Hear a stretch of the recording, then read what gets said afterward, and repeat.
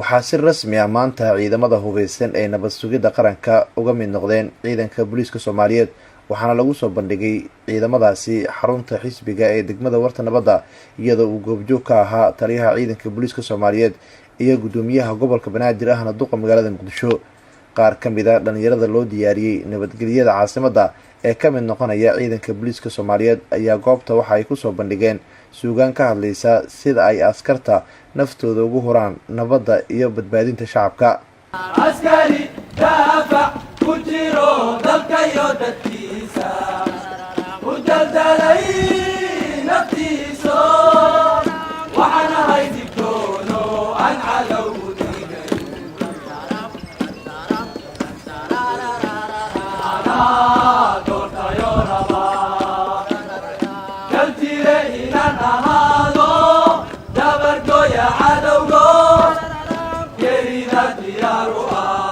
taliyaha ciidanka booliiska Soomaaliyeed Sareegaas Bashiir Cabdi Maxamed ayaa ugu horeen ka hadlay ka mid noqoshaha ay ciidanka nabad sugidda ka mid noqdeen ciidanka booliiska Soomaaliyeed.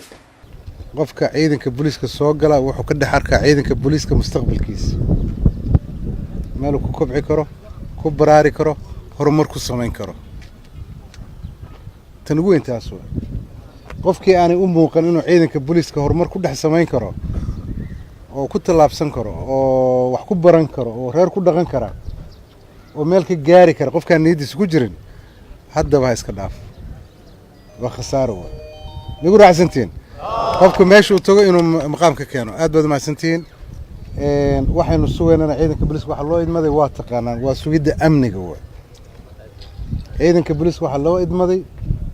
khidmadda uu sameeyo iyo service-ka uu sameeyo waa amniga sugidiisa badbaadinta naf iyo maal inaynu badbaadino naf iyo maal inaynu badbaadino waajibkoodana saaran way. gudoomiyaha gobolka Banaadir ahna duqa magaalada Muqdisho mudane Cabdiraxmaan Cumar Cusmaan injineeriisu waxa uu la dardaarmay ciidamada amniga ee goobta ku sugnaa. booliiska waa shacab marka shacabkii dadkii u nixi lahaa u istaagi lahaa u gurman lahaa oo la rabo in ummadda idinku seexato waa idinka marka runtii dardaaran kama dhamidin horeyna waa u haysateen annaga waa idinku celcelinaynaa